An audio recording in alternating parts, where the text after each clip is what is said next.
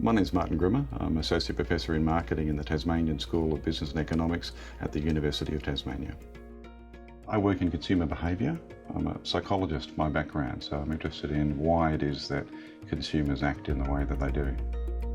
Most surveys will show that about 30% of people intend to purchase environmentally friendly products but don't do it.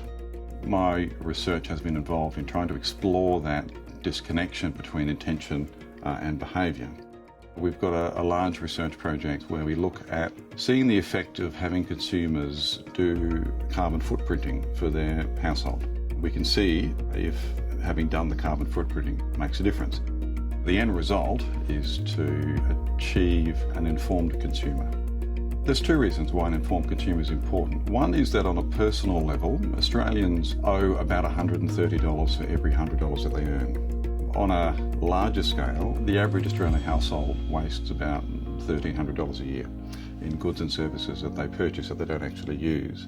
And each individual Australian produces about a tonne of waste every year. So it's got to go somewhere. And eventually we're going to run out of places for it to go. So the extent to which we're actually spending and consuming beyond our personal means, but then beyond the means that the planet can actually sustain. The overall beneficiary of the outcome of the research is hopefully the planet, in that we are able to provide at least the beginnings of a mechanism to assist governments in constructing policy that will produce some sort of impact on climate change. There is a benefit to virtually every business in being aware of what it is that consumers respond to.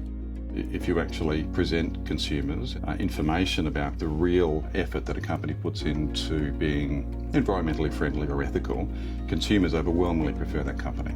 That's a competitive advantage.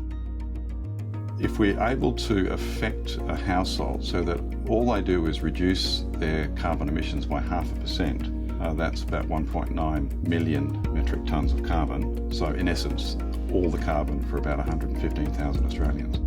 All of that adds up, and you don't actually have to produce a massive change. All you have to do is produce a small change, and that will actually make a difference.